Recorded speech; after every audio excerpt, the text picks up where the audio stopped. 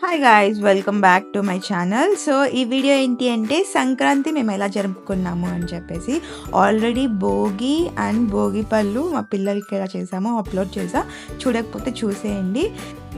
So ఇది సంక్రాంతి ముగ్గు, నేను మా చెల్లి కుస్తీ పట్టి వేసిన ముగ్గు అనమాట. సో కానీ క్యూట్గా ఉన్నింది. అండ్ ప్రసాదం పెట్టాలి కాబట్టి అవ్వ తాతకి ఇక్కడ సేమియా పాయసం అనమాట. సో యమ్మీ యమ్మీ సేమియా పాయసం చేసేసుకున్నాము.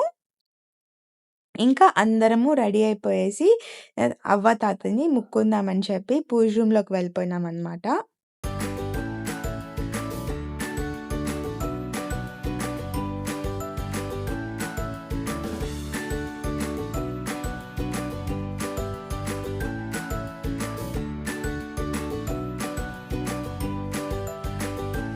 అవ్వ తాతకి బట్టలు పెట్టుకుంటామనమాట.